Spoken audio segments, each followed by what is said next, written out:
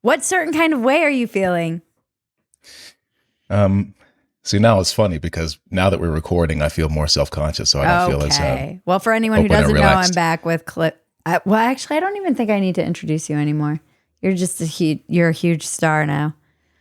I have no idea what you're talking about, but I do appreciate the kind words. I'm back with Clifton Duncan, everyone. For those of you just tuning in, we were talking about, he mentioned that he was feeling a certain kind of way before we started recording. And now, of course, I had to hit record and find out what that way is. I feel bad just because, feel like you're kind of supposed to be bright and shiny for these kinds of things and have a positive aura. But no, I'm fighting a lot of frustration these days. And right now, I've never felt more, I guess as Constantine says, politically non-binary than now. I've never felt more homeless than now. I've never felt more alone than I do right now.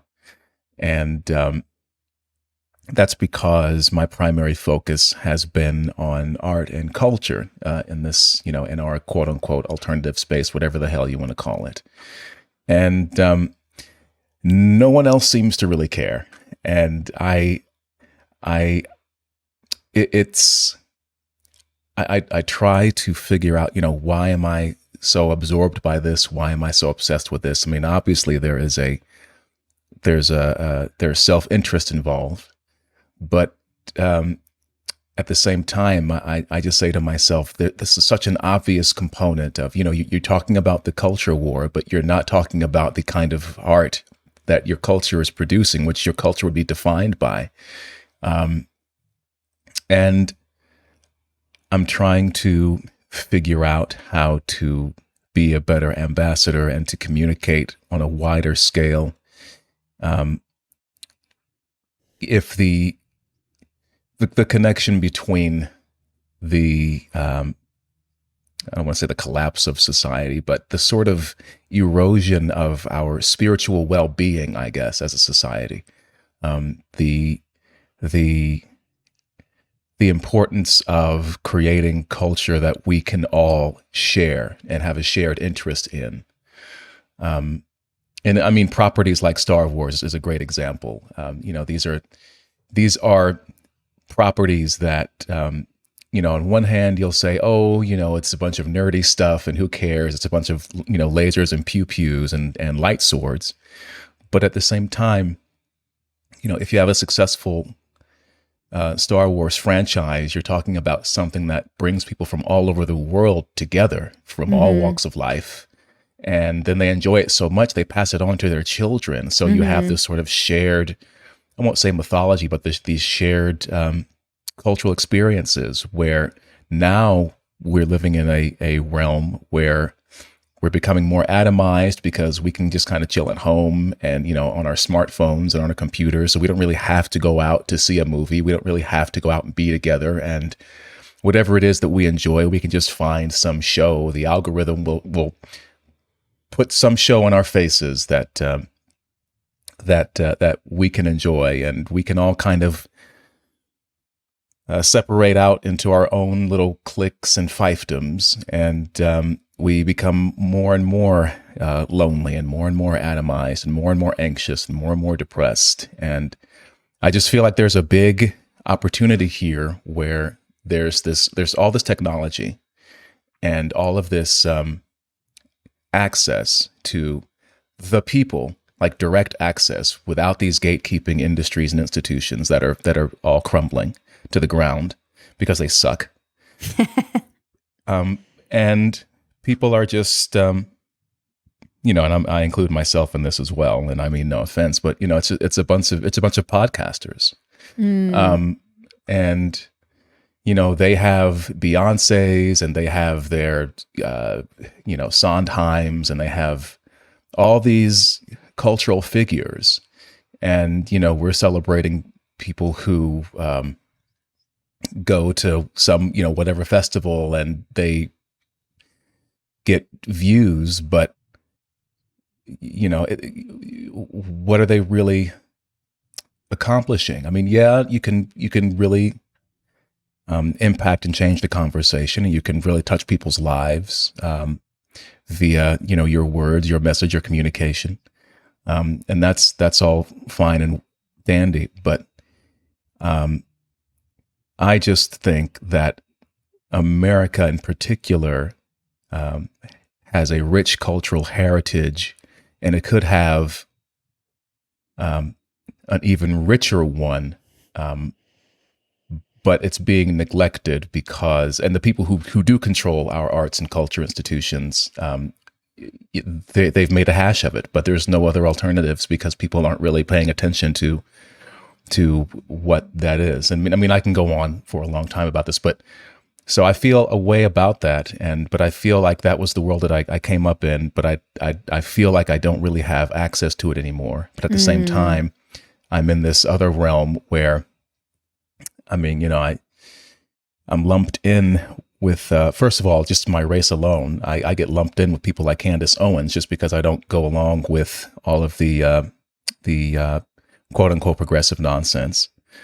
But, it's tough to say, but generally speaking, this space just doesn't really care about art and artists. They see it as frivolous. There's a few of us who are trying to kind of sound the alarm and say, this is important. You need to be paying attention to this. But, I just don't fit in. So, yeah. So that's the thing. It's funny. I was excited to talk to you again because I've been checking in with all my friends in art who I kind of caught them right at that moment when they were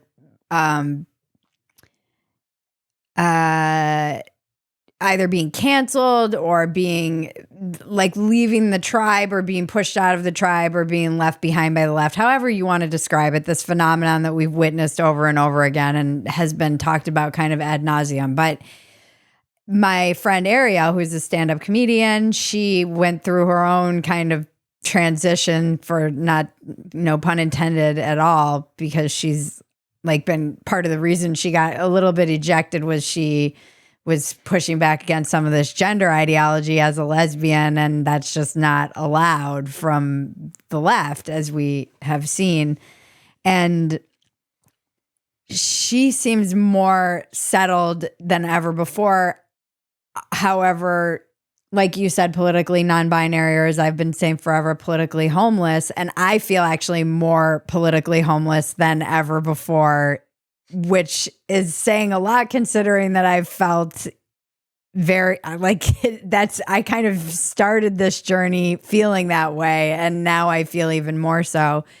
And I agree with you. And I've been raging against this forever in this, against particularly like the right, because they're so reactive in the culture wars. They just react to the culture. They talk about the culture. And I do think places like the Daily Wire are trying to build and create something, but I don't know that they can help but be moralized. It's like it's still kind of the same. It's exactly what you were about to say. It's the same problem from the other side of the coin. It's ideological, it's reactive. And, we just want, I've had people who said to me, there should be a conservative art movement, or we need more conservative artists or more conservative art. And I think to myself, nothing to me, frankly, sounds more boring than the phrase conservative art. I mean, I don't care about right-wing art or right-wing artists. I just care about good art, and I care about the impact that it has on society. And this is a long time discussion. I mean, I was talking to Andrew Clavin about this. He said, I've been trying to tell my conservative friends about this for 2 decades. Camille Paglia is not a conservative, but she's been talking about this for decades, literally saying conservatives need to get on board and invest more in the arts. But then at the same time, why would they? Our cultural institutions have been infested. And the thing about it, I was talking to a colleague of mine that went to conservatory with me, who reached out to me after a long time. And because he agrees with me about all this stuff, which is refreshing because there's somebody of that caliber who understands what's going on. But we were just talking about how fast it happened, because we got out in 2009, and it wasn't like this back then. No. And somewhere around 2014 or 2015, things really, really, really went off the rails. Mm-hmm. It was just so, it was so fast. And I don't know if we can ever get back to that point, because during that time, I mean, the Trump years just completely deranged everybody. Just being on the inside of show business was just insane at that time. And then there was the pandemic years, which there's still been no, I think, real reckoning or accounting for the kinds of abuses that occurred during that period, many of which were supported by the entertainment industry and imposed by them, and cheer-led by them. And now, there's a recession or there's a contraction happening in Hollywood. Even there was a video that was going around where everyone from grips to wardrobe assistants to sound techs are having trouble. They're like, I have to sell my house now because there's just not enough jobs available. And Deadline Hollywood is doing a series about how, even executives now are being laid off. Meanwhile, my theater friends talk about how in New York and on Broadway, I mean, they were hitting box office records in 2018, 2019 season. And they took themselves out of the game for 2 years and told everybody and told everyone they're not essential. And now that they're back, their programming is, if you think Hollywood is too quote unquote woke, it has nothing on Broadway, nothing on the theater. It's 10 times more concentrated there. And the audiences have not, they talk about how much more diverse their audience is now, but their box office revenues have not returned to pre-pandemic levels. And it's just the big shows, Wicked, Lion King, Hamilton, Book of Mormon, Chicago, that are doing okay, that have been there forever. But, my friends tell me that people have sort of resigned themselves to the fact that open-ended runs on Broadway are a thing of the past. People just don't think that they can make money the way that they used to be able to. And this is to say nothing of how poorly New York itself, which is the headquarters of so many of our cultural institutions, is being managed. So it's just a huge downward spiral. And I'm thinking to myself, there's this huge opportunity here to serve this market that's been pushed out of these industries or pushed away. There's all this talent there that feels trapped, right? Because they may not even, their biggest crime may be they're not diehard Democrats, but they don't want to say anything. They're afraid to say anything because they know it would jeopardize, they want to pay their mortgage. They need health insurance. So there's very practical concerns, but they don't, so they feel like they can't say anything. But there's nowhere else they can go to, make a living plying their trade, because no one else is interested in investing in creating, they talk about parallel economy, but not parallel culture. And that's part of the problem. So that's where my frustrations are. But on the other hand, you just raised a very large amount of money crowdfunding a play, a one-man play, correct? Well, that's the thing, and it's fantastic. But it's just more evidence that, to me, that there's people out there who are excited. And for those who don't know, I did a fundraiser recently, an Indiegogo campaign, which just closed, and we raised over $140,000 for me to write a one-man show about Thomas Sowell, the economist and scholar and writer. And I initially asked for 10 grand. I was like, let me just get a few months of, you kind of want to undersell it. And I'm like, I'm writing a play. Like, who cares about this? Yeah. And, but I try to not make it about myself. It's a subject that people want to see a play about. It generated a lot of excitement. And, at a time where theaters are literally closing across the country, and they're truncating seasons, they're talking about how donations have dried up and how patrons have disappeared, and a third of the audience, some estimate, have not returned since they reopened theaters.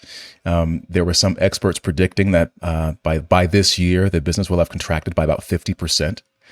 And while all that's happening, one random guy that got purged has raised six figures. So it says to me, for those who are still in command of these institutions, like, look, there is money out there, and there are people who want to support the arts, but you're not appealing to them in any way, shape, or form.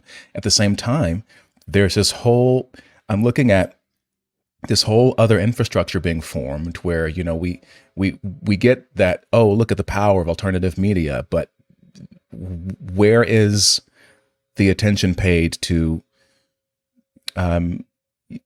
creating other institutions that we can go to and that people can enjoy themselves at, and we can actually compete with these other more established and entrenched institutions. And, and I don't know, I see lots of possibilities there, and I feel like it's being ignored, but at the same time, I guess, it's on artists to learn how to be more enterprising and to, maybe the new model now, since these industries are kind of going bye-bye, is for people to to do what they can to build their own platforms. But then again, it goes back into the problem of, are we going to be even more further atomized? But again, there are stars now who started out on TikTok, and I don't know. It seems to me that if you have an arena where like a Logan Paul can sign with the WWE,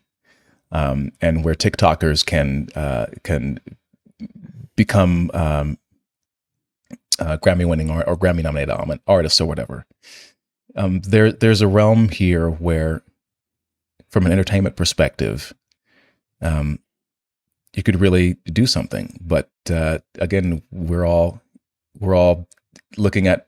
talking about who's being fired from the latest podcast or whatever, Yeah. So.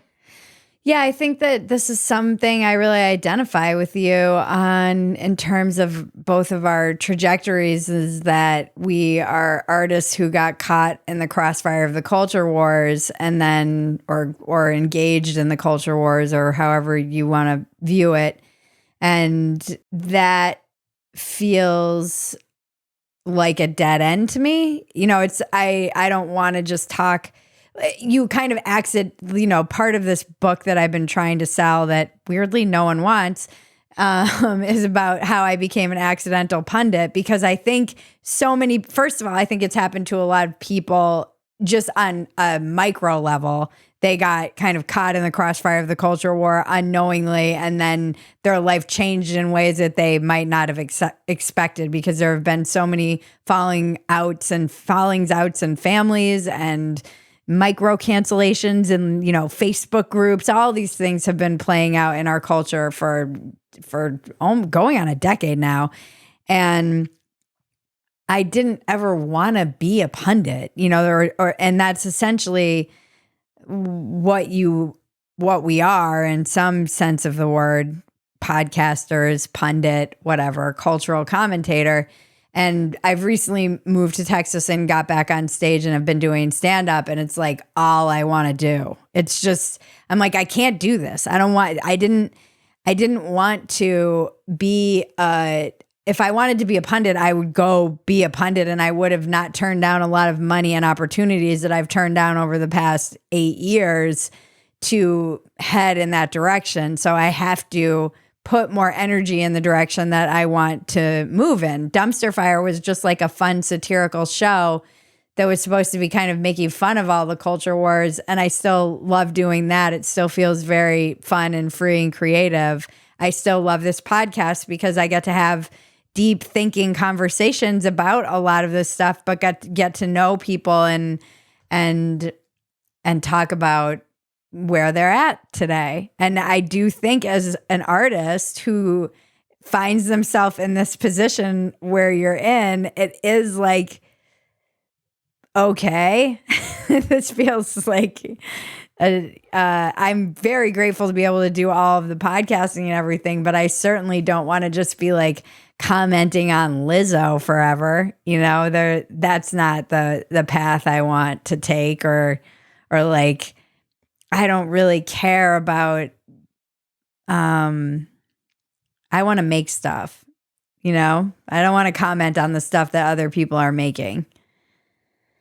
That's the thing, I didn't want to be, especially because once you're working at a certain level, you're just like, okay, this is pretty great. It's challenging, but you just get used to a certain kind of standard, and you want that to always be what the standard is. Mm-hmm. And I want to share that with people and not just talk about it. And the good news is that I have a lot of artist friends who they feel the same way. They don't just want to talk about it either, and they are doing things. So sort of behind the scenes now, and it seems like it's become an open secret, at least based on my friends in New York. What my spies tell me, that people understand what the problems are. Like, they understand the ideological problems, and they know that that's what the issue is. But again, nobody ever speaks up and addresses it directly. But sorry, it's just but yeah, I was just roundly agreeing with you. It's just this idea that I don't want to talk about stuff. I want to do it, and I don't want to be just another talking head. You know what I mean? Because there's so many of those, and I go back to my original frustration, which is you can have all the facts and figures and data in the world, all the rhetorical gifts on the planet, but they say that facts don't care about your feelings, but the feelings are what make the ideas stick. And that and art is the one of the most, if not the most powerful mode of idea transmission that humans have ever devised. And the idea that we have all these super smart people in this space who are all talking about ideas and saving the culture and saving America, but they just seem to lack the sophistication to realize, well, America also gave the world things like, Broadway and Hollywood and jazz, and it has its own tradition. And, we have our own poets and literary giants, and we should be focusing on those and trying to figure out how we can create more. But, that's not as fun as political bants and blood sports with your favorite podcasters. I was very inspired by seeing your Indiegogo and the campaign, and seeing how many people donated to it and how much enthusiasm there was around it. And what's your kind of plan for the play, and what's the strategy? Are you working on the play? And it seems really exciting. Yeah, it's I mentioned recently it's my favorite homework assignment ever. Yeah. Because originally the original ask was just, let me get 6 months of living expenses covered. Now spend like 3 months researching and research and development and immersion, and then 3 months trying to write the damn thing, because the whole goal is to get a draft done, just to get the damn thing done. And then you do workshops and you tweak it afterward and these kinds of things. But so now, I don't expect to have a perfect product at the end of a year. At the end of at the end of 6 months. But the goal is to have something to share. And the success of the campaign means that realistically, I'll be focused on this. This will be my primary project for the next year, at least. We have a war chest now, which is great. So in the event where if I need to do catering for producers and, arranging rehearsal space and hire assistants, these kinds of things. If I need to travel, I've already been buying books and these kinds of things. So that definitely helps a great deal. And, I was talking to my line producer about it, and I was like, we have a war chest. And I consulted with an attorney the other day to make sure that everything is on the up and up, and that all my T's are crossed and I's are dotted. Yeah. And now it's just about researching and trying to understand. Like I have to take a step back, and like it's exciting for me because I feel inspired for the first time in a few years, just because I get to do what I've been trained to do. And so I have to kind of take a step back from my personal feelings about Thomas Sowell in general and try to examine him like I would with any character. And that is doing a deep dive on his background and who were the people in his life and what were his experiences, how might they have shaped him, what's going on underneath all of this. He has this reputation as this bright intellectual, but where's the dark stuff? Where's the anger? What's he afraid of?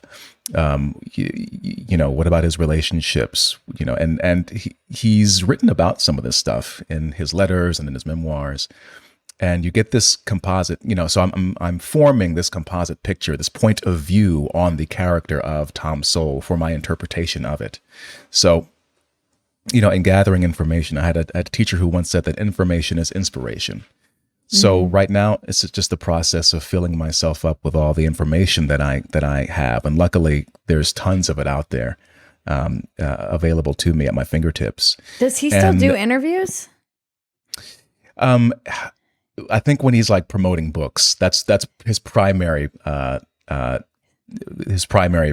the reason for doing interviews these days. I mean, he's almost 100 years old, so his time is precious. Yeah. But so right now it's just about understanding, and it's do I want it to be a character study? I don't want it to be a straight up bio play. Just this happened and then this happened, because you could just go to Wikipedia or something and find the bullet points of his life.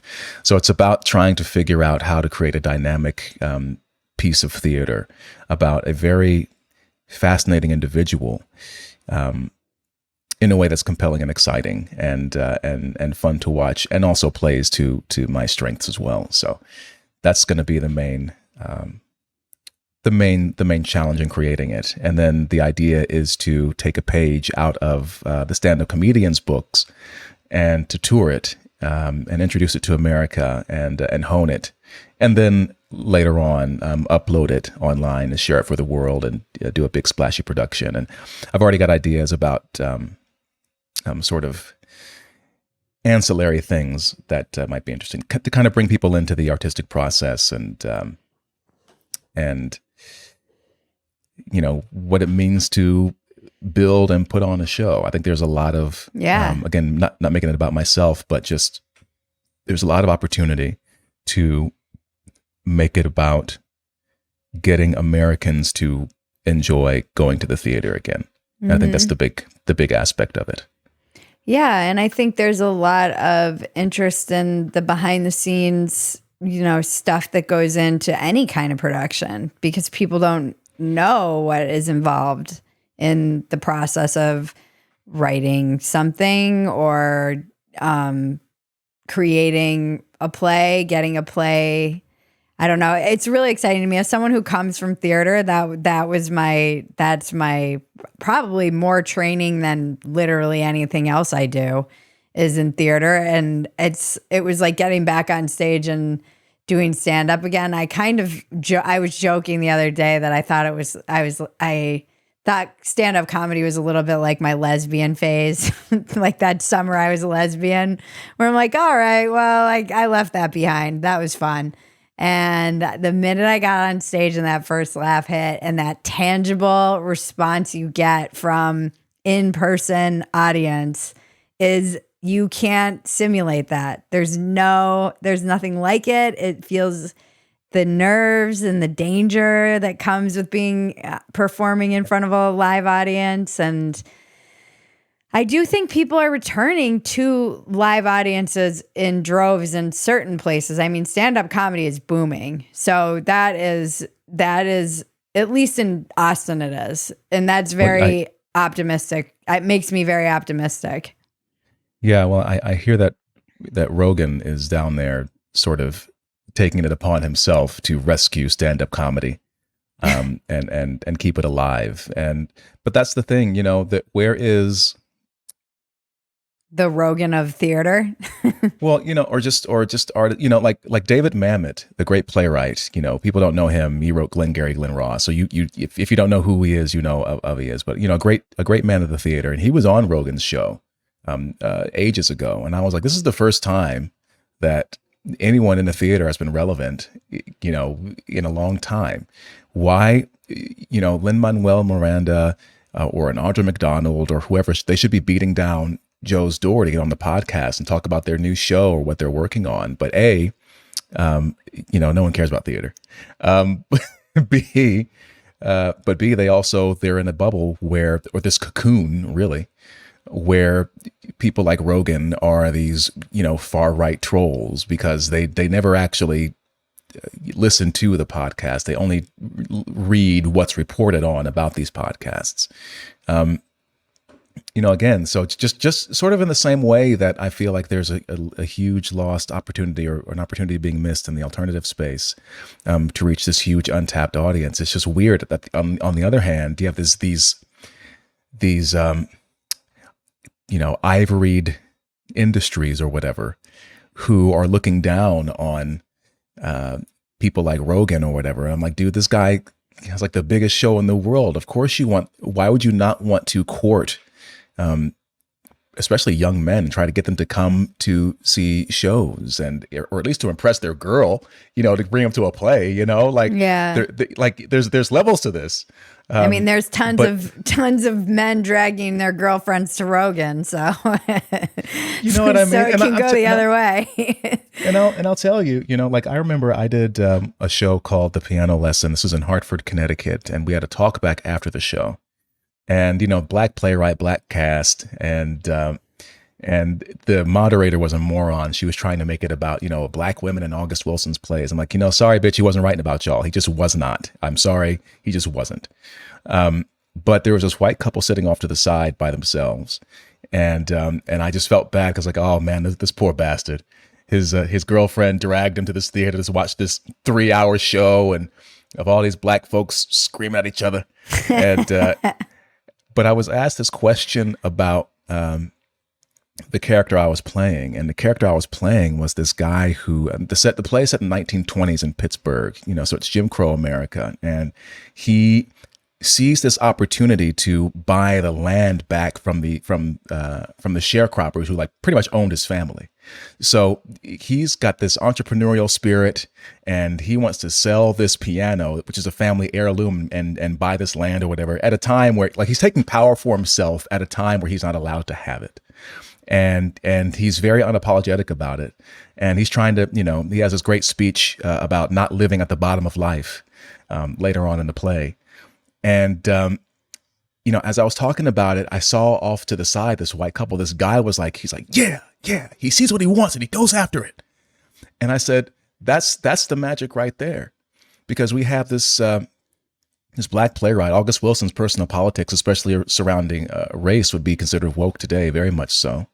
But he wrote these plays about regular people going through extraordinary things. Mm-hmm. And that's why his plays were able to reach across the aisle. And this man was able to see something of himself or something he wanted.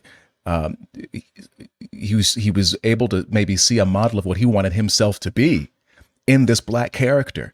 And that's when I was just like, that's it right there, man. That's the magic. And like you were saying before, there's nothing like being in a live space where, I mean, even just sharing sound waves and molecules and vibrations off of people, someone, whether they're singing or just people, and being on stage and hearing like just roars of laughter. It's just, it's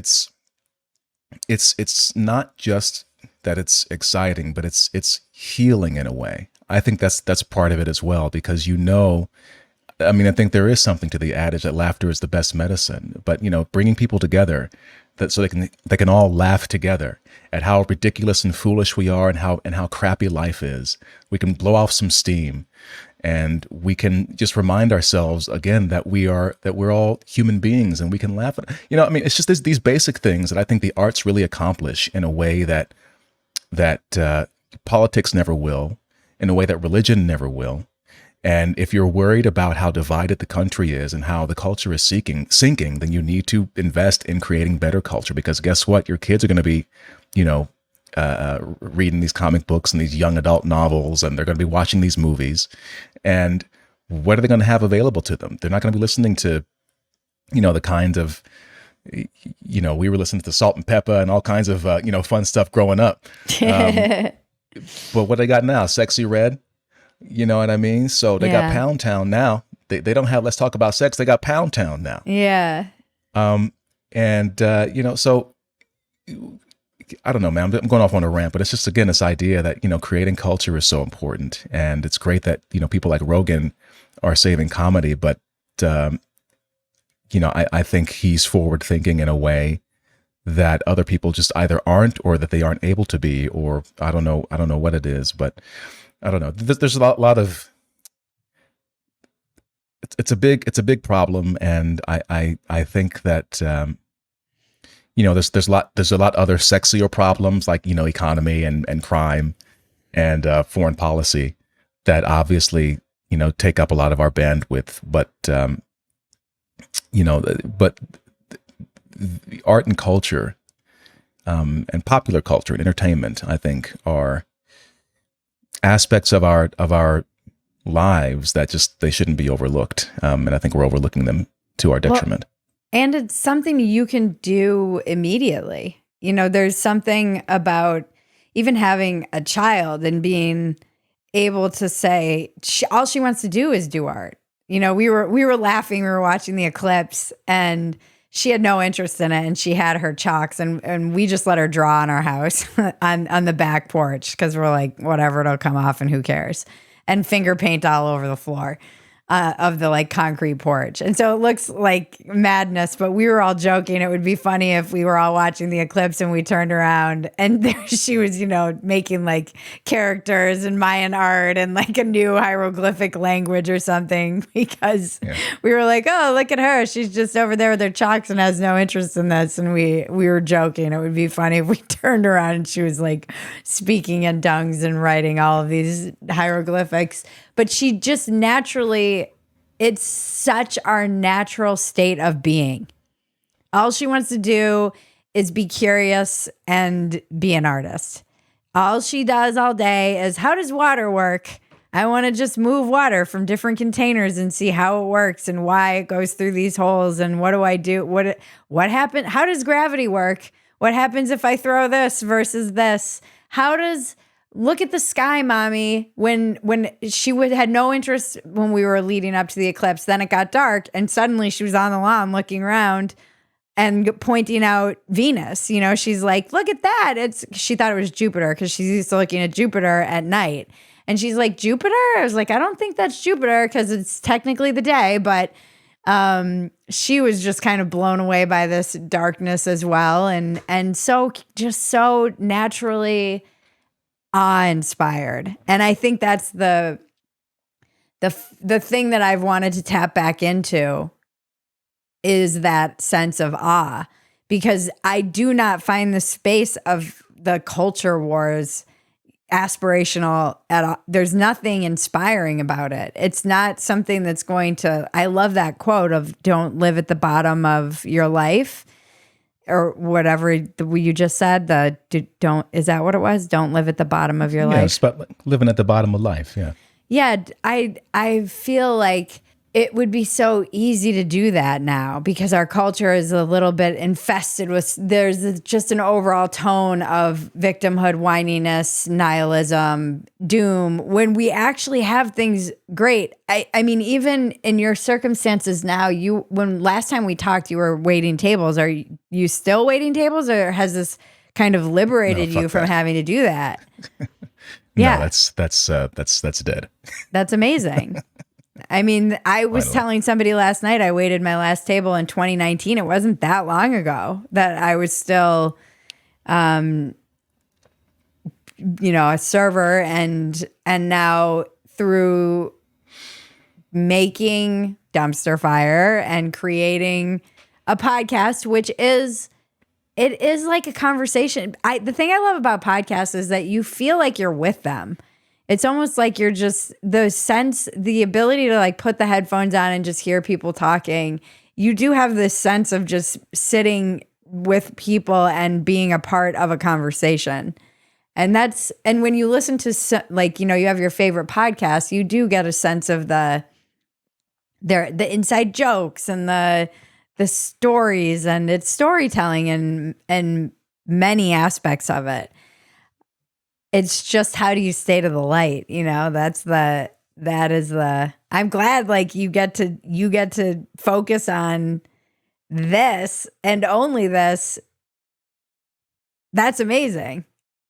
That makes me so excited. Well, it definitely is a gift, and I appreciate it. I want to go back a little bit. I spent almost my entire first year of grad school just completely hating children, and because we all wanted to be like them. Because we as adults, especially as actors, we're playing make believe, and you go to any playground and you watch kids just effortlessly, the floor is lava, your sister's a dragon, they make up all these crazy rules. I had a teacher who put it very succinctly. He said, a lot of acting, I think this applies to a lot of art as well, but it's playfully serious and seriously playful. Yes. You have these fictional circumstances, but you take them deadly seriously.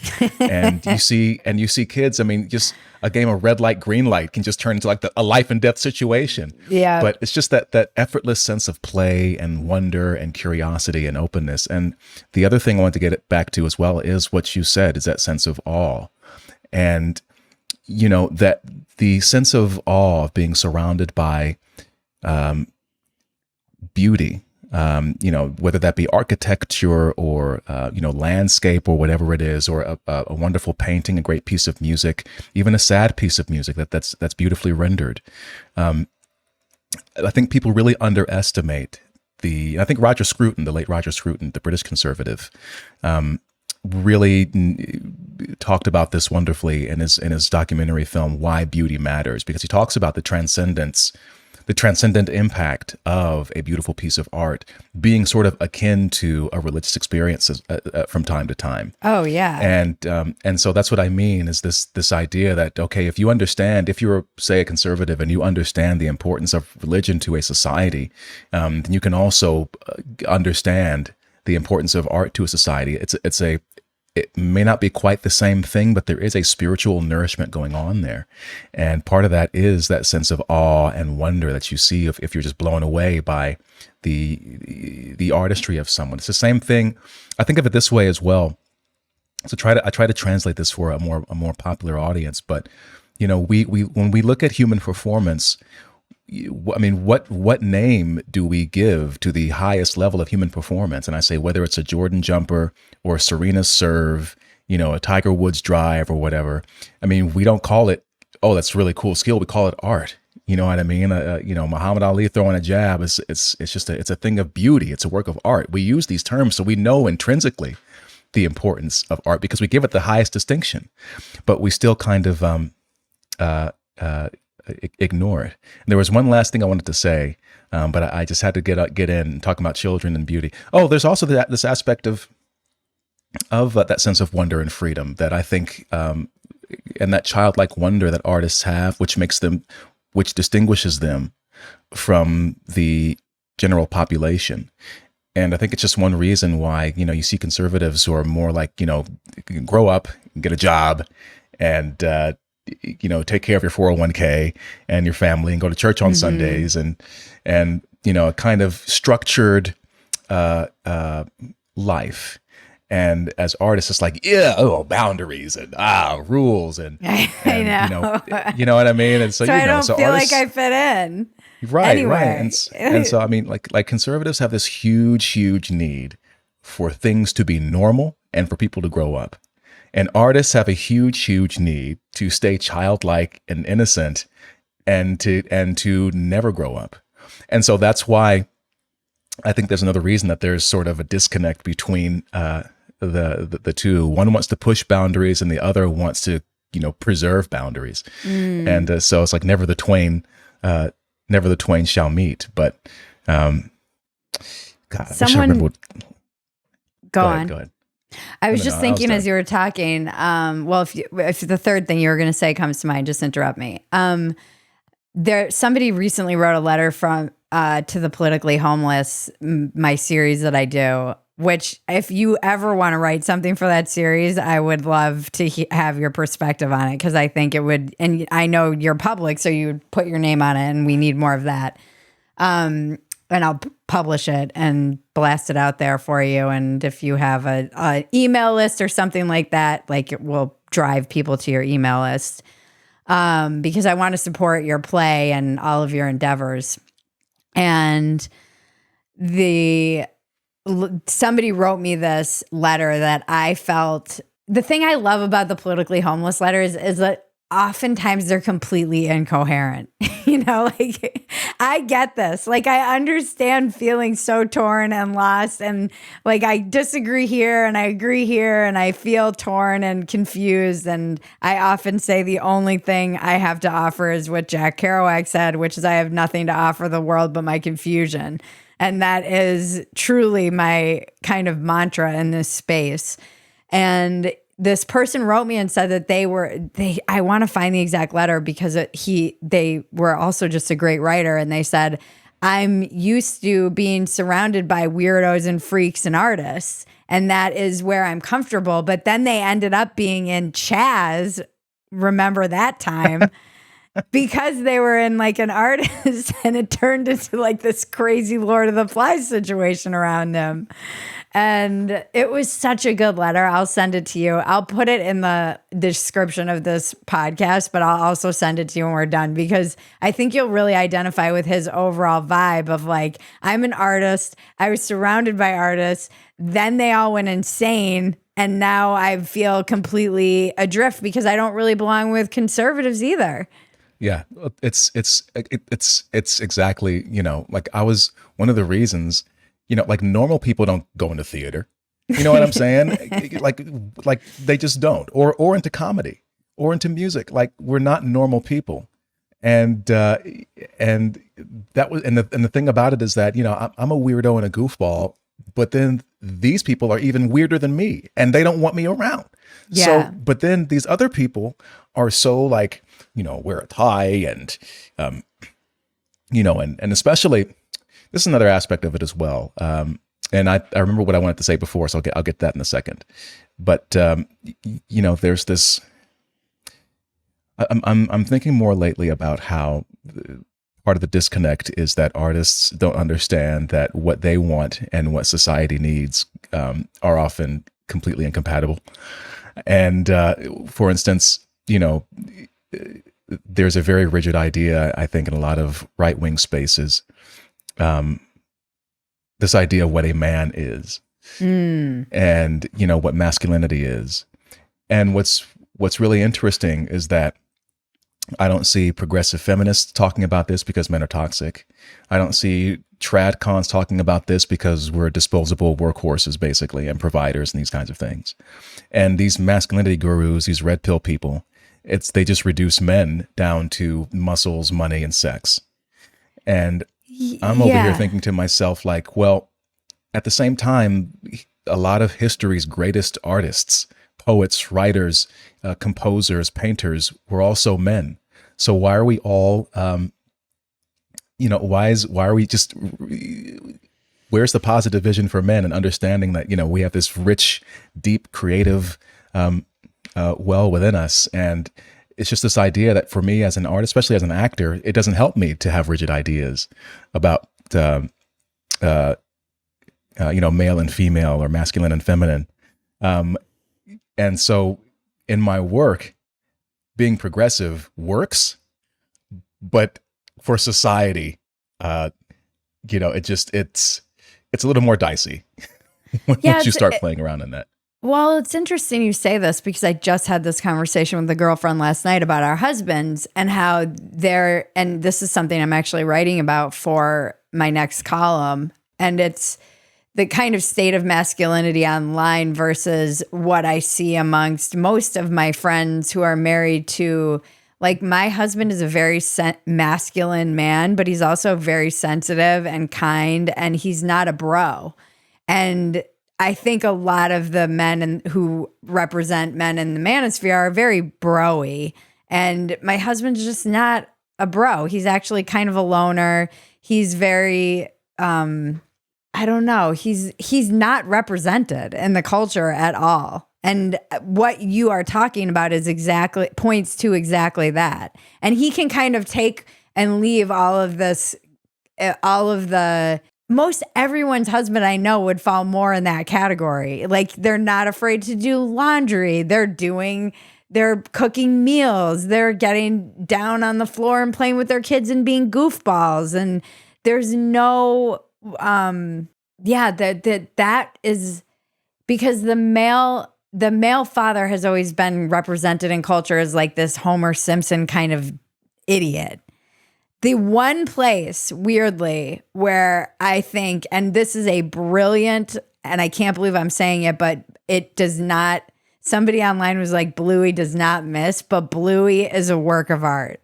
There is, and I never thought I'd say this, but there's a reason that show is immensely popular, and it is, there's one episode about going, I can't remember the name of the episode, but it's about like going to sleep, and it is like transcendent, this episode, and everyone talks about it. All the parents talk about how they were in tears watching it, and it's so creative and beautiful. And I saw Black Twitter the other day going off about how all the parents in Black Twitter, they were like, Bluey does not miss. And I'm like, it's true. Bluey does not miss this stupid cartoon, but it's so creative. Like, the fathers they're entering all these magical worlds and in their real life of creativity. And there's always a very simple lesson at the end of it for the child to kind of take away. It is such a beautiful, simple little show. And it does it represents, like, the father in that show is not an idiot. He's not some moron. He's like a good dad, but also a goofball and not afraid to do chores that might be, quintessentially female. It's you don't really see it represented at all. I can't really think of any other example other than Bluey. Well, it's interesting because I remember watching the film Logan many years ago, and the actor Eric LaSalle is in a brief scene where I don't know if you've seen it, but for people who haven't seen it, Logan, aka Hugh Jackman, Wolverine, he ends up at this farm, and it's Eric LaSalle and his wife and a couple of kids, and it was so interesting to me because I was like, oh wait, here is a man and woman, and he's the leader, he's the head of the household.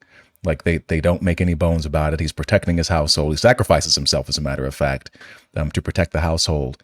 And it was just interesting because it wasn't made a big deal of. It was just the way that house was structured, and it just stood out because I was like, I don't really see that very often. A strong, capable male head of household, and part of the reason is just that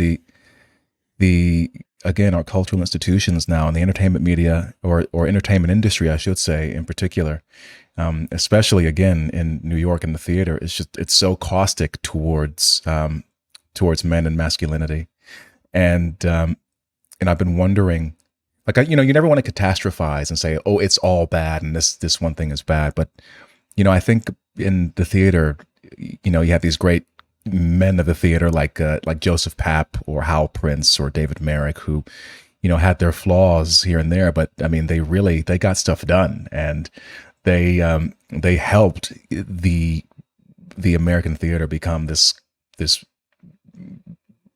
globally influential institution. And I just wonder, do we have a culture now where we're even inspiring we're even inspiring men and boys to do the great kinds of things in the arts that guys like this did. You know what I mean? I guess I'm thinking on my feet here. Female and gay coded now.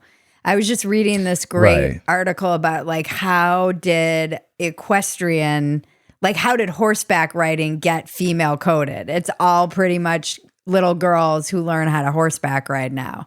And how did this image of like the Wild West and rugged America and individualism and expansion get kind of taken over by become like female coded? That's so interesting. You know, I mean, that's I feel like it's a whole other podcast, but you know, there has to be some realm where, I mean, I do think that there has been very real and serious damage done. It's weird because I've enjoyed a lot of collaborations with just brilliant women in my time, in my career, but stifling. I'm not quite sure what I'm trying to say, but I think it's just this idea that it's an environment where there's only a certain kind of male who's able to rise and achieve things. And I don't think that kind of male is welcome anymore in these institutions.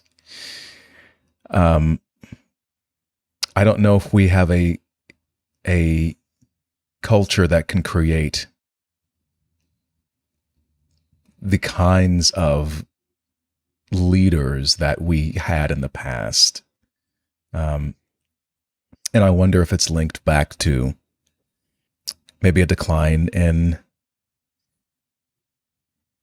art and culture. And I say that to say, like, when I go back and look at the Odyssey, Homer's Odyssey, and this big language is this epic journey. And I was like, dude, if I was like, 5 or 6 years old and someone had read this to me, I would have lost my freaking mind. I would have wanted to conquer the world, or I might have said, wow, this language is unbelievable. It's so rich and beautiful and epic. And now I want to be a poet or a writer or a playwright. I can't believe, wait, who wrote this? Homer? Like, wait, the Simpson guy? Oh, this other person who lived, thousands of years ago? We're still reading this shit now? What? Wow, he's like, this guy's reaching back from the grave thousands of years, and impacting me in the future. Wow, maybe I can create something of that caliber to, inspire other generations. But, I don't know. I feel like I'm just rambling, and you have to cut the last 15 minutes of this show because I've totally lost the plot. But no, I think I'm just trying to get at the, what are we missing? What are the things that we're missing by ignoring our creative, our collective creative psyche?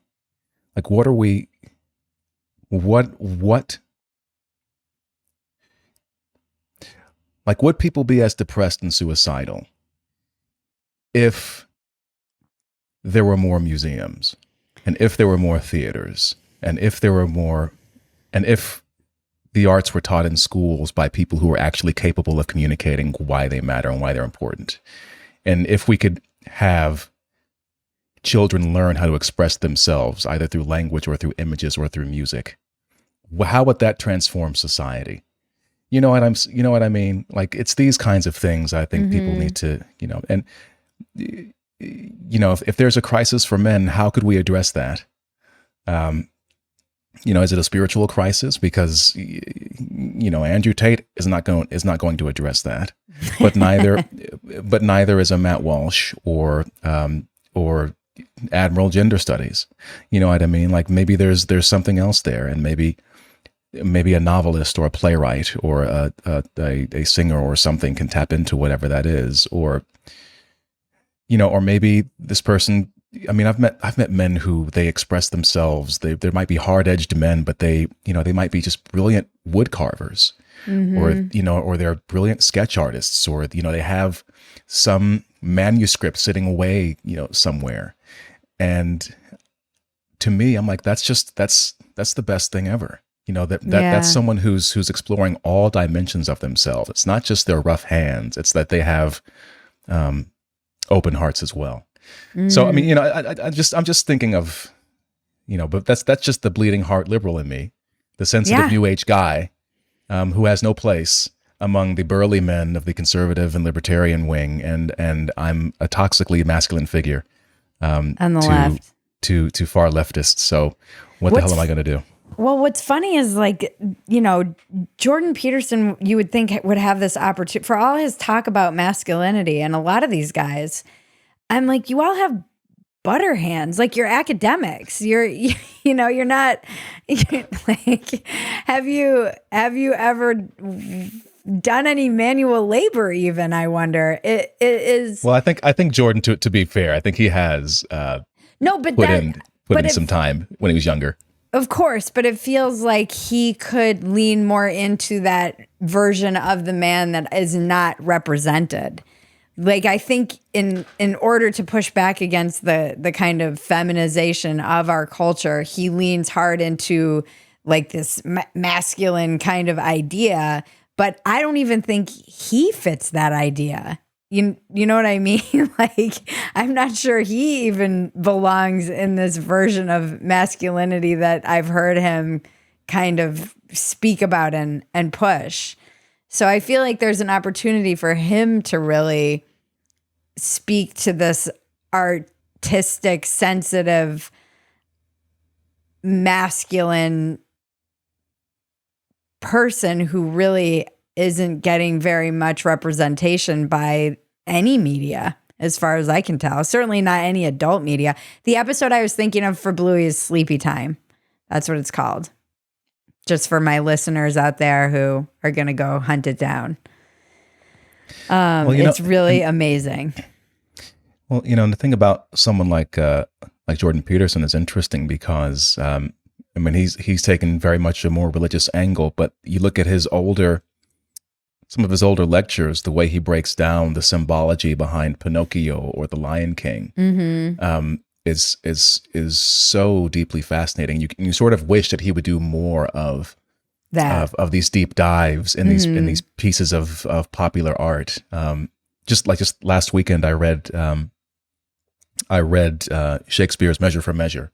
It's not one of his more well-known plays, but at the center of the play is this sort of perennial conflict between justice and mercy. And you have this one character, Angelo, who's seen as this upstanding individual who's so strict and so morally upright, but of course he's a huge hypocrite, and he tries to bang a nun, basically, and tries to blackmail her. There's just a lot of stuff that goes on but these plays speak to so much of. There's interplay between men and male and female.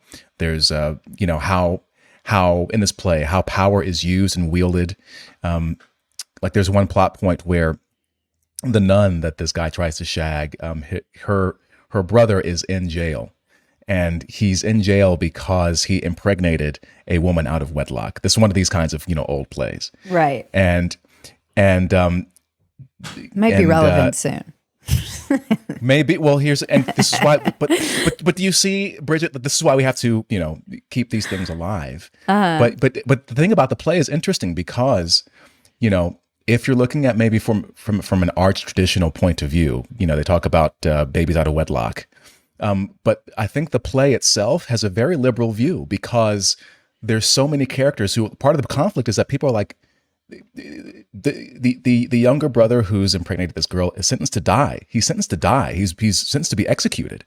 And everyone else is like, really, bro? Like, he made a mistake. And they're in love and they're going to get married, but they're like 16 and they effed up. Like that's what everyone's attitude in the play is. And it's Angelo who's this upstanding character who's the big hypocrite, and everyone's like, this dude is he's cold. He's ice cold. Like he has no humanity, And so it's sex and relationships and religion and leadership and politics. All these things are in this play, And and there's just this subplot with with at a whorehouse. I mean, it's fascinating, and but there's so much in this play, and I'm like, we should do more deep dives on these kinds of things, or in Homer's Odyssey. And you'd be surprised at if they're presented in a way that lets like, I mean, Shakespeare is taught so badly to so many people, people who are like, oh, well, this, when Hamlet says this, it actually means this, and the symbology behind it is this, like, no one cares about that. What we care about is, well, Hamlet is a play where Hamlet and Claudius are, politicking for power. And one person murdered his dad and he wants revenge. And you know what I mean? Like, you want the juicy details, and like, what does this say about politics today, and about power today, and about education today, and religion and spirituality today, and relationships today? Like, all these things are in these plays because they're written, because they're us. And the thing about these older plays is that they're not encumbered by political correctness. So they can actually be true about what we are. And that's why they endure for so long. And people today should be creating new classics. They should be trying to anyway. And that's my thing, because we've sacrificed at least a decade of American artistic cultural development to this shitty ideology. And but in the past, we've had people, we produced Neil Simons and Tennessee Williams and August Wilson and Duke Ellington. We had all these titanic figures that we were just banging out. Broadway and Hollywood both had golden ages. Where are we now? Will anything that's been produced in the last 10 years, do you see any of this shit being done 5 years from now, or at the end of the next election cycle, let alone 50 or 100 or 1,000 years from now? No. And, and what I want to say before, which I forgot about, which is a nice way to tie all this back in, is especially after October 7th, I just saw that politics was really, really deranging people in a really big way. And I decided to detach myself really deliberately from it and sever myself from it, because I saw people I thought just going insane and crazy over politics. Mm-hmm. And I think that the artist is someone who, even though they have to kind of have their pulse on, their fingers on the pulse of society, and kind of feel what's going on in the collective psyche. I mean, I do think that it does something, if you're stressed out and weighed down and you're dedicated to politics, it's damaging your creative persona. Mm-hmm. And art and culture addresses something that politics can't and never will. Mm-hmm. And we always have to bear that in mind. And if we can somehow get back to a place where we take pride, I think, as Americans in art and in our artists, Camille Paglia had this great quote where she talked about how politics are transient, political power is transient, but the art that a culture produces outlasts that civilization. Mm-hmm. And that's, I think, where the people who are really looking ahead of the game are focusing on. What they should be focusing on is who are our next great literary giants, and our cinema giants, and our playwrights, and our painters, and our musicians.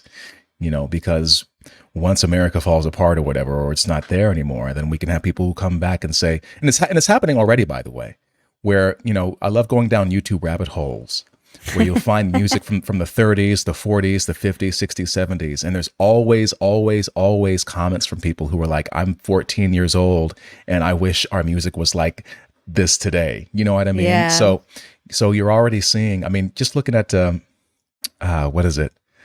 That song, I think it was Patrice Rushen and, Forget Me Nots. Mm-hmm. And people are just talking about, the person, this bass line is the best of all time. Here's the guitar play, or here's the artist. Patrice Rushen still doing shows today. She does this, that, and that.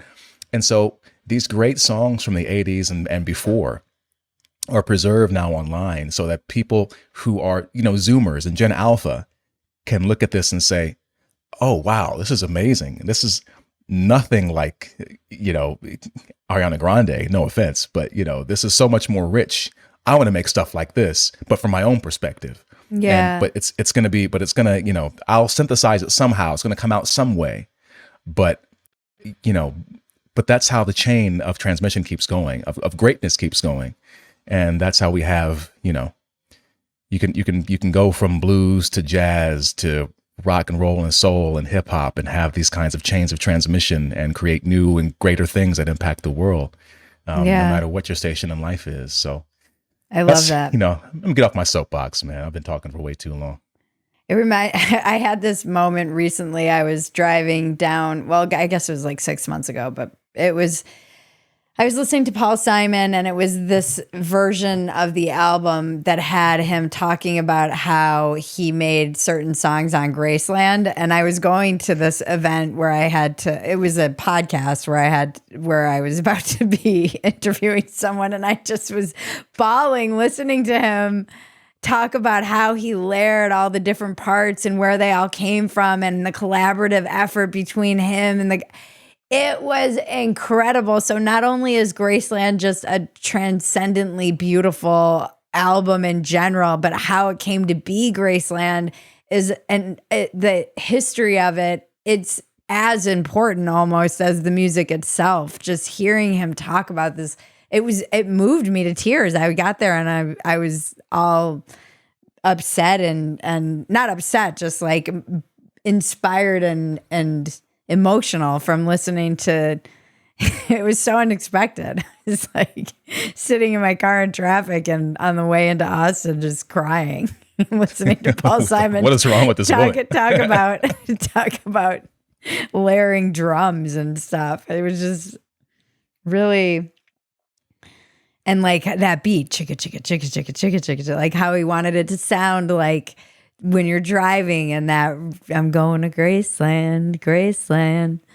It was just so great. It's a great example of the kind of work and care that great artists really, dedicate to their work. It's a very, very strange process of, you're trying to, like, how do you systematize magic? You know what I mean? But the whole creative process, this is another aspect as well, where I think that there's not a lot of respect for artists and for art. And I think part of the problem is there's a lot of really, really bad representatives.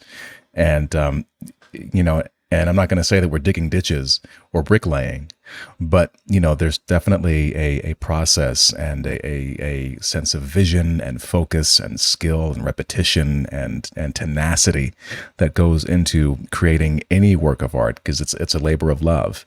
And if you're bogged down by maybe a political agenda or this idea that I have to tell this story, because I have to own the libs, you're shutting off that that creative freedom. You're shutting that off and sort of violating that, when you should be focusing on, I want to invest my, all of my senses and all of my imagination into creating whatever this moment is, or, what's the right color for this particular tree? What is, what shadow should this look like? What note do I want to have in this interval to get to the emotion, to get the emotional impact that I want? What can I take out of this scene to have the greatest emotional impact and tell the truth? Like, let's focus on these kinds of highlight these kinds of details. And just, it's an honest job for people that take it seriously. And I think that needs to be conveyed as well. But again, maybe that's on artists to put forth and say, we demand a bit of respect as well. But there's so many mediocrities that, how can you can't blame people for being like, okay, whatever, go, go get me a latte. Yeah. Yeah. And I think, like you said, one of the things that pushed me to the center in this weird time was not feeling like I could make fun of certain things, because it would be against the kind of dominant approved narrative. And I'm like, that's not my job as a comedian. My job is to make fun of everything and point out the absurdity of everything, whether it's me or this culture or something that we all take for granted, whatever it might be. art, I feel the reason that it's transcendent is that the good stuff appeals to our common humanity. It does not divide us or seek to divide us. That is where I think, like you say, we lost this last 10 years. It's because the art's been hijacked to, I mean, I think to a certain extent, all art has been political and always is, or ends up being political in some respects, even if it's accidental. But it's weird when it's, hijacked to kind of bully a population into like.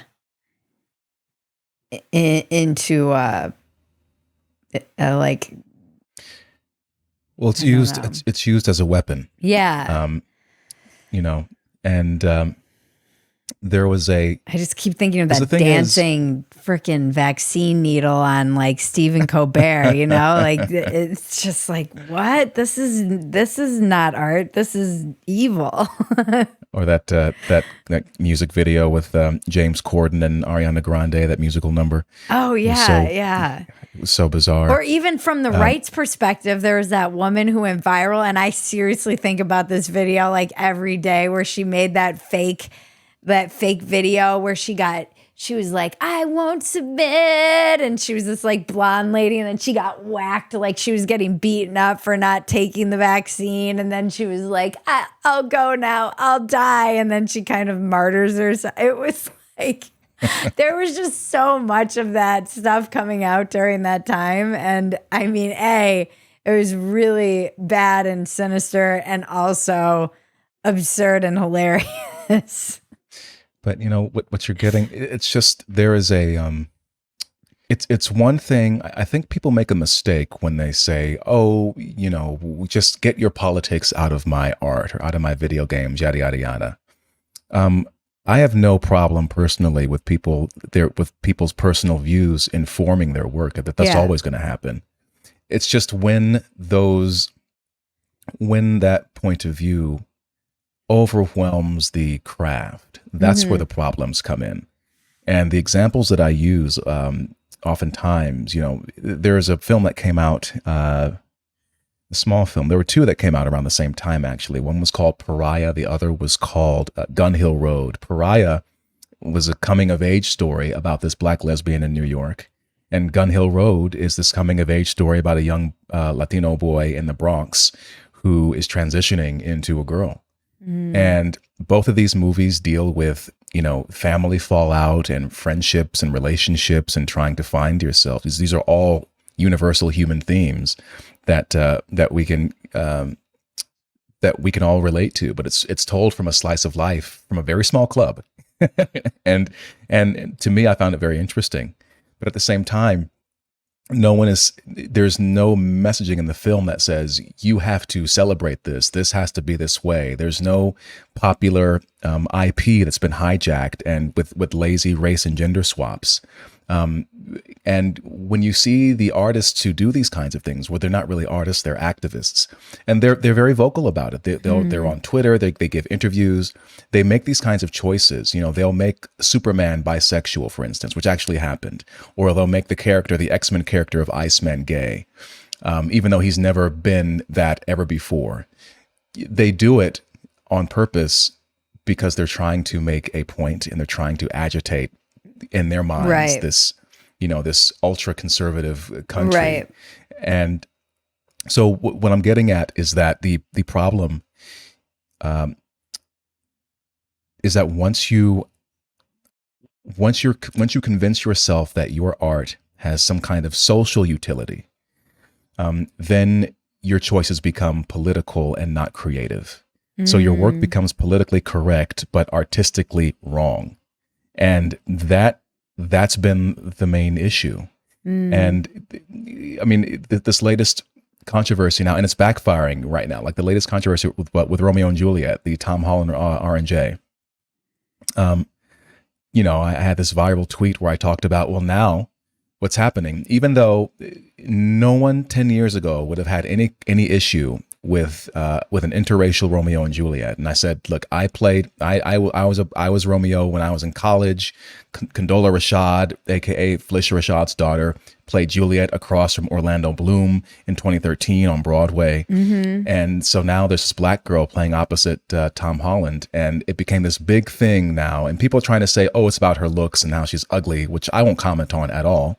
But now there are literally, I saw black conservatives saying, well, it's ridiculous to cast people in Shakespeare. And I'm thinking to myself, actors from James Earl Jones to Denzel Washington to myself would have lost out on engaging in these works if that attitude was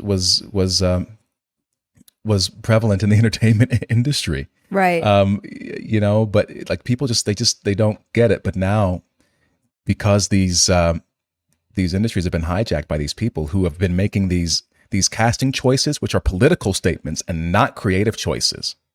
People are now, they're having a knee-jerk reaction to what is probably a creative choice. Right. And they're already just, and they're shitting on this actress and they're cutting her off at the knees. And I'm like, this is the break of a lifetime. This woman gets to star opposite Tom Holland in a classic play in the West End and now Broadway. But all these assholes now have said, oh, look at this ugly black girl. This is woke. And, right. And it's a backlash to, again, the last decade of making the art more overtly political in one direction. And now there's a backlash to it. If there's even a whiff of it, people just say, no, I don't want it. So now people who do have the chops and actors who actually are,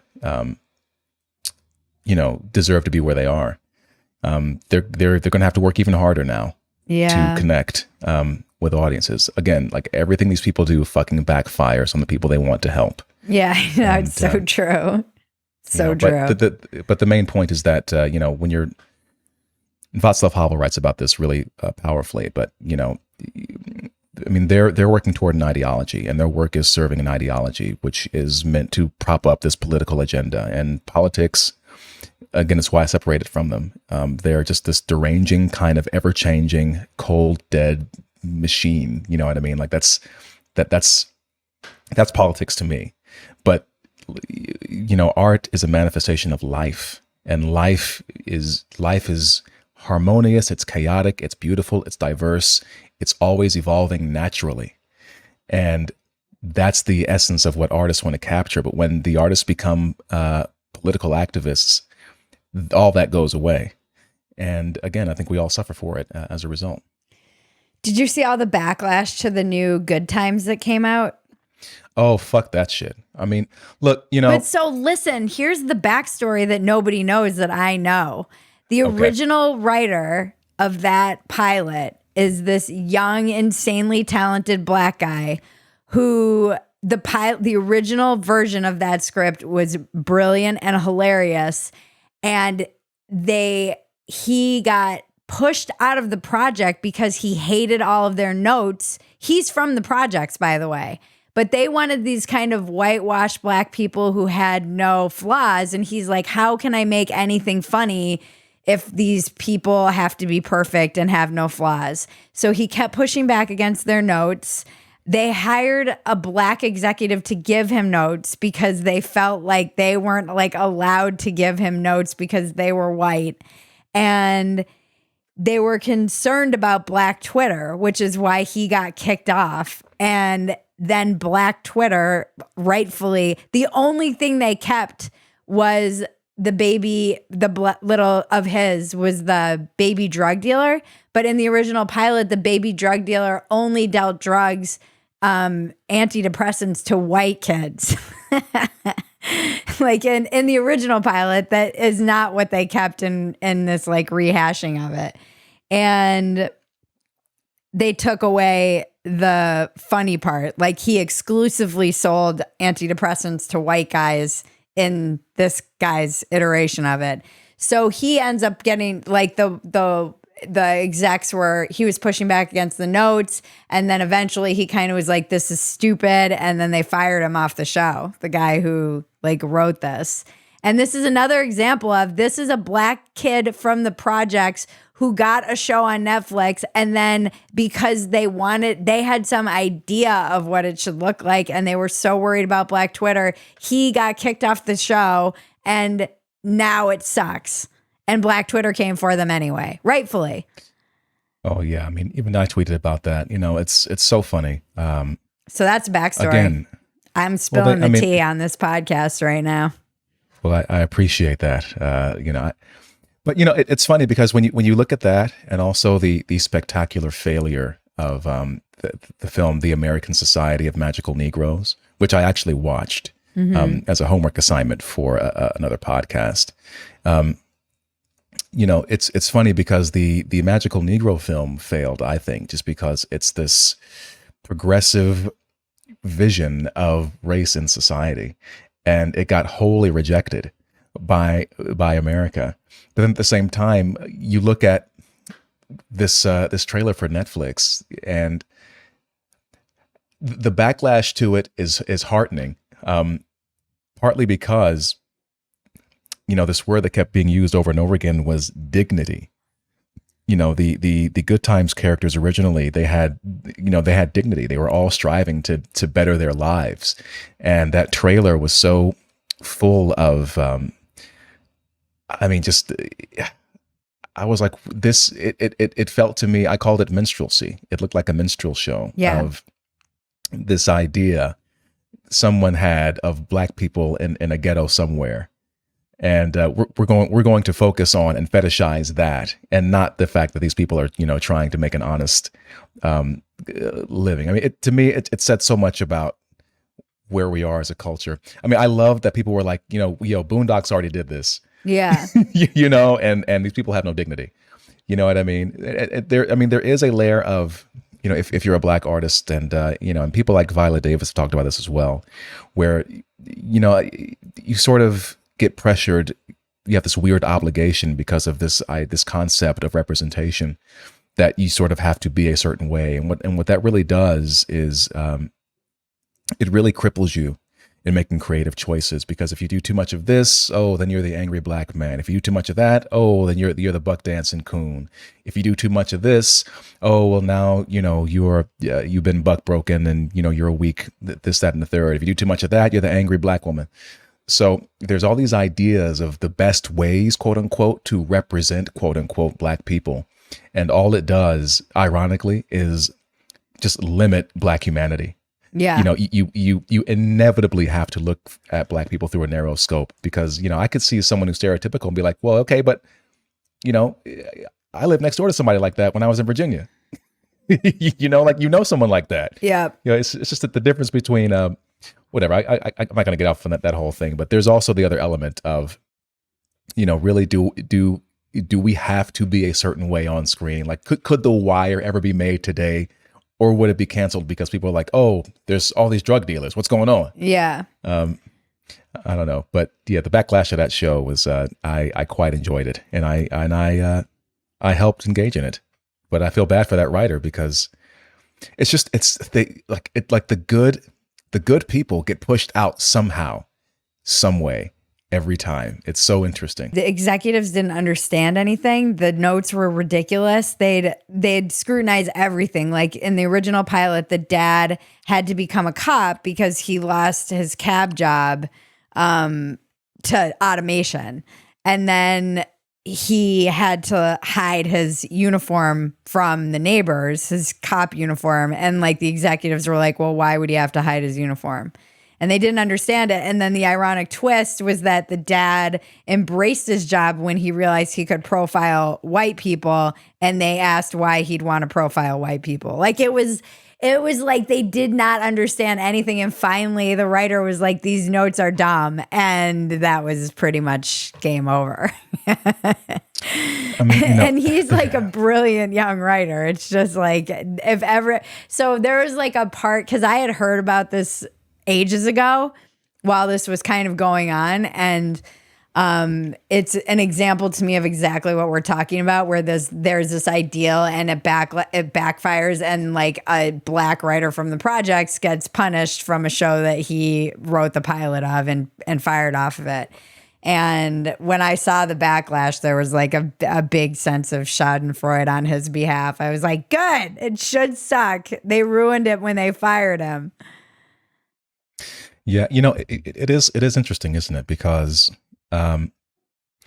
lately I feel like there has sort of been a cleansing in some way, where like a few years ago, people who got canceled now are like moving on to bigger and better things, and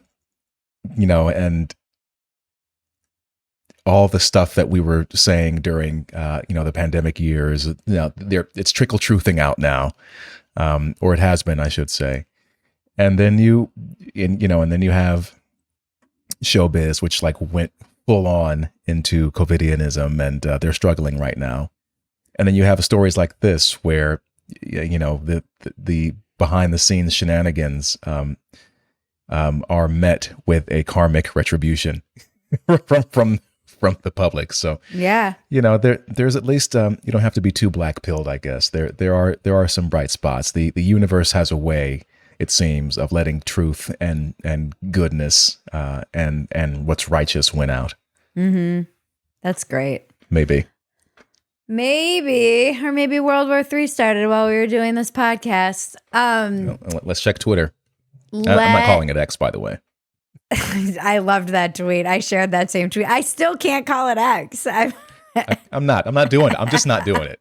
It also makes no sense because what do you call a tweet? So we're going to call it X, but we're still going to call them tweets. There's it's a post. It's a post. Like, there's no character there. Like, no, it's a tweet. God damn it. It's a tweet.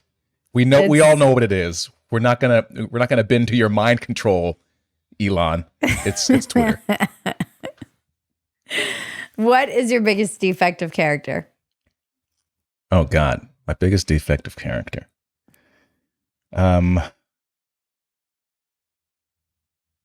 Oof.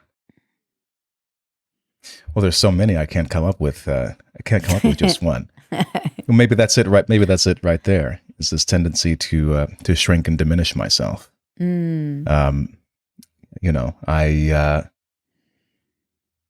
don't think it helped that I spent 20 years in a field where you're constantly reminded of how small you are. Mm-hmm. I think part of the challenge of the past few years has been, leaving all that behind and like you can actually live a pretty passive life as an actor, because there's so much that's out of your control. And if you're privileged to be in a position where, you have great representation and you have a lot going for you, you can just kind of work and save your money and float here and there, maybe get some residuals and do some gigs here and there, and then get unemployment. And, while your managers go and find all the great gigs for you. Yeah. But once all that is gone, and that you have to sort of remake this piece of your identity, or what, this piece of your identity is gone. Then what do you do after that? And there's a lot of, it's kind of like starting at zero. And I think part of that, the last few years, has just been about, building myself back up and unlearning those patterns of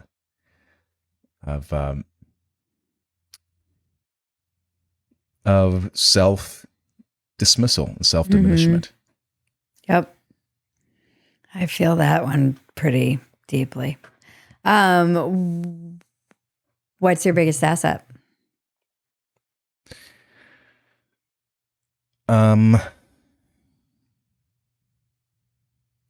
Humor. That just speaks for itself. I've been a smart ass since I could talk, so that's always helped. That's like my daughter. She's already telling jokes. So we always tell when I go out, the like Chappelle jokes and jokes and jokes and jokes. So whenever I go do comedy, we tell her, Mommy's going to go tell jokes and jokes and jokes. But now she's kind of picked it up. And my husband will be like, where's Mommy going? And she's like, jokes and jokes and jokes and jokes. Like, I feel. Is that the sketch where he's dancing? He has like the goat legs. Yeah. And he's like, doodle doodle doodle. Bro, we joked on that so much when that came out. We just would like doodle doodle doodle jokes and jokes and jokes and jokes. It was so funny. And like I love that because I love the outtakes. There's an outtake when he's doing that Gallagher sketch. I don't know if you remember that one. But he's telling these really, really awful jokes, but they're deliberately awful. Yeah. And there's a point where he's like, I'm in character and I'm saying all these things. They call it Gallagher. And he kind of breaks for a second and he just goes, this is so fucking stupid. and like, people don't understand how like tough it is to be deliberately ridiculous. Like to be a professional idiot is actually really hard and really humbling. And so I love that he's like, this is consciously dumb, but he's doing it and humiliating himself. Yeah. for our enjoyment. It's a form of self-sacrifice. When I was in Dallas recently at the Blaze, I did Normal World, which is such a fun show. You should definitely go do that. And and then we shot a sketch. Maybe we should all shoot one together. And it was just so fun to do a sketch again and shoot something like that and act again and just be funny, and the outtakes and like how hilarious those guys were just off the cuff, and so much of the off the cuff stuff that ended up actually in like Matt McClowry, who's a brilliant comedian. We did this sketch on like Elon's Neuralink, and it was just ridiculous but fun. And it was with Dave Landau and Matt McClowry, and in the middle of the sketch, he's like, my wife is we're trying to get him to like look at a triangle, and then it's like Asian MILF porn. That's what you're searching. He's like, no, this thing is broken. I don't know what's wrong with it.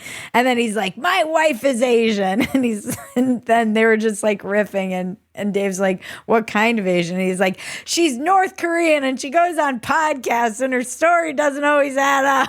And I was like, fucking crying because it's such a like weird inside podcast joke, but I was lost. You said I know immediately what he's talking about. Yeah, exactly. I'm like I get that reference. Not everybody does, but for the people who do, it's just like I was crying. But it was so fun, and then I got to open for Dave, and his audiences are amazing because he's so ridiculous. And it was like, even though we did commentary that night, and then I went on Glenn's radio show that morning, which is always like just a trip because live radio with Glenn Beck is just terrifying and amazing. And it was fun because it's live, and he's so in the culture wars and has been in the culture wars for so long that you're never really sure like what happened that day or what mood he's going to be in or what. And he does these like crazy pivots to ads, or he'll be like, let's talk about abortion. I'm like, no, let's not talk about that. But you're kind of like live, like it's just wild. It's fun. But I was like, I'm still living my dream, even if it's not how my dream may have looked. It was this like 2-day, like you're still creating and writing and starring in a play that you're producing. Like we're still living our dreams. We're still living our dreams. It might not be how we dreamt them or how they looked, but in terms of being able to like write and star in sketches and do stand-up comedy and be like creative, we're still doing that. I mean, I'm not going to speak for you. Maybe you're not living your dream at all. You're like, my dream was accepting an Oscar, so maybe calm down, Bridget. It's weird. It's another place where I get pulled. I mean, I was back in the city formerly known as New York recently, and it was a bittersweet return because on one hand, I was just like, it was good to be back and kind of see people and look at all the places where I can't work. But at the same time, I got kind of bitter because I said, well, why do they get to have Juilliard? Why do they get to have Carnegie Hall and the Met Opera? Why do they get to have Alvin Ailey and, and Broadway, and they get to keep these things for themselves, and they're running them badly. And then I think about, well, I was swimming in those waters, and that, I had no other grand designs on life. If I could do Shakespearean musicals for the rest of my days, I'd be happy with that. I never had any other plans outside of that. So there's still a sense of bitterness and loss that I feel like it's going to sound childish, but it's not fair. One, that the rest of the country doesn't get access to these wonderful institutions, but also I feel not a part of them anymore. At the same time, I do think that art is not going to die. And what I am really interested in, especially with Gen Z and Gen Alpha, is to see what they're going to create. Like, I do think that they'll be all right. I think they'll work it out eventually. Because they're not going to have to do homework. but I think now, because of the internet and because people are connecting in all these kinds of different ways, I mean, just the fact that I can go on Instagram and I'm following these like kids from Ghana and from Japan and Korea who are singing and dancing and doing all kinds of really cool stuff. And people are just sort of taking different elements of different cultures, and they're making, and they're making albums in their garages. So I'm very hopeful, and I feel very optimistic that individuals just working together or by themselves are going to create so much cool stuff. And now they can just upload it and we can all find it somehow.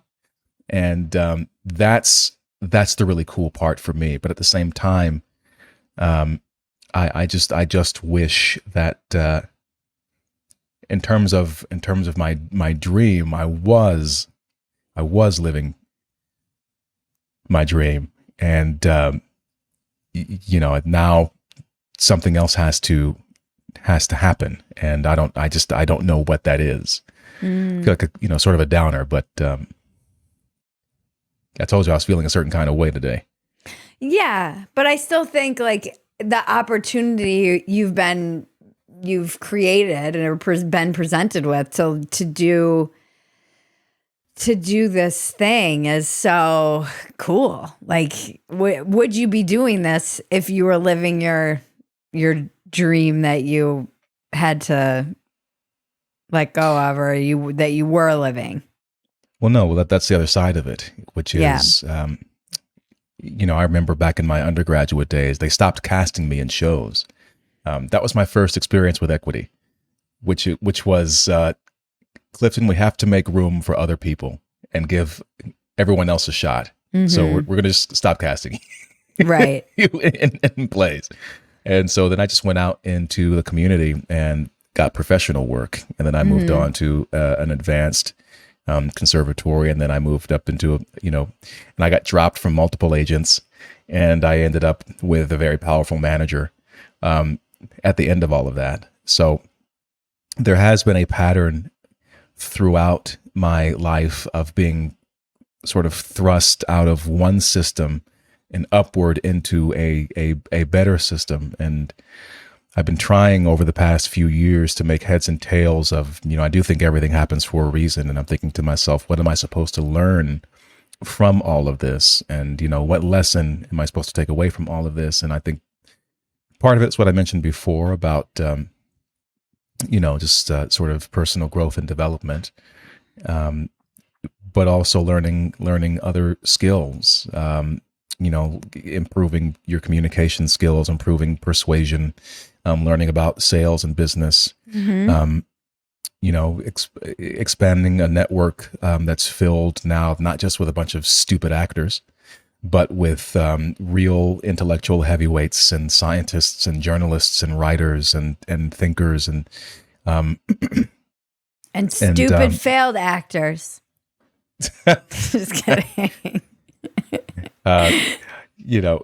So there, it's cool. On one hand, some of the people in my DMs, I'm like, yeah, I used to watch you. I used to get stoned and watch you on YouTube.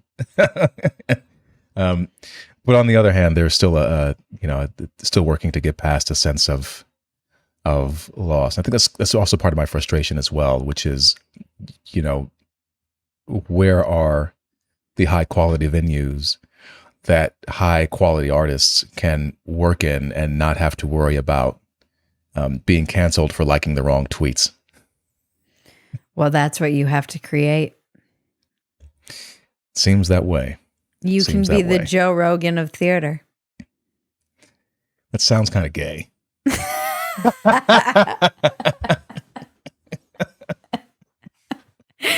And on that note, where can we find you? Well, I can be found. By the way, gay and retarded have made it like a huge comeback. Of course have you noticed they have. that? Because some of us never gave them up. Dude, like there's so many private chat groups. Yeah, I was like, there was one point where I was like, find you some liberal friends who still say retarded, and those are the cool people. We've been saying retard on Dumpster Fire since 2019. We never stopped. We held the line. Some of us held the line.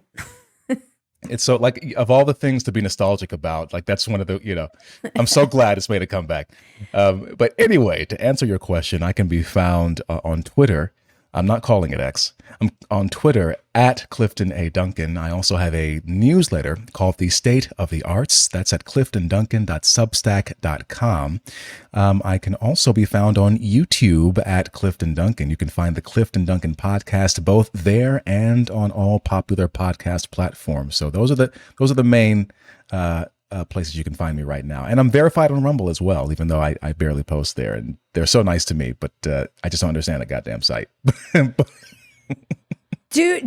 Please write a letter from the politically homeless, and we will drive people to your newsletter, to your Substack. Oh, I'd have a lot to say. A lot to say in a letter. Try and keep it short. Just kidding. 1,000 words, please. All right. Thank you so much. It's always a pleasure to speak to you, and I look forward to meeting you in person someday and seeing your play. And I just can't wait to see what heights you will achieve, because I believe they will be great.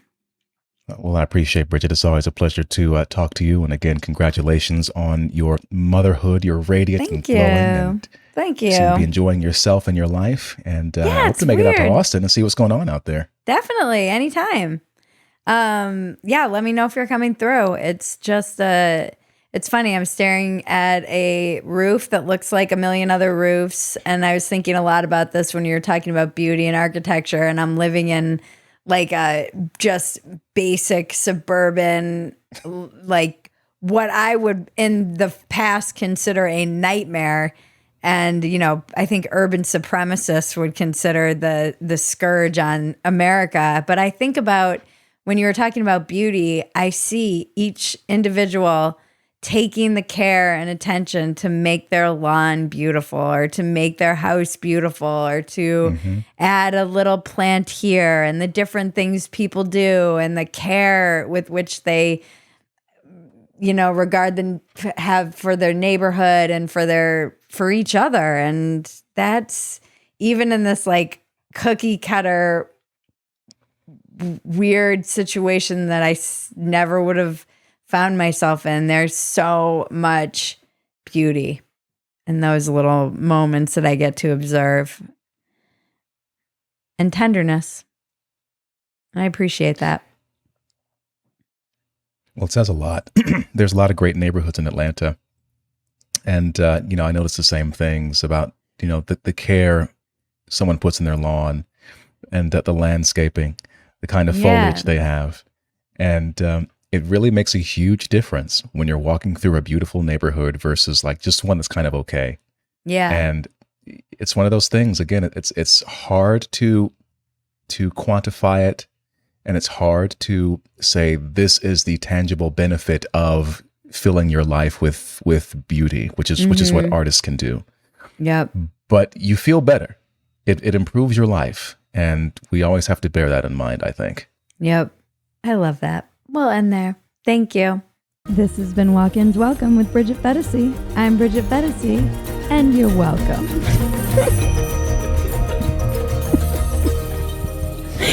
It's the dumbest line.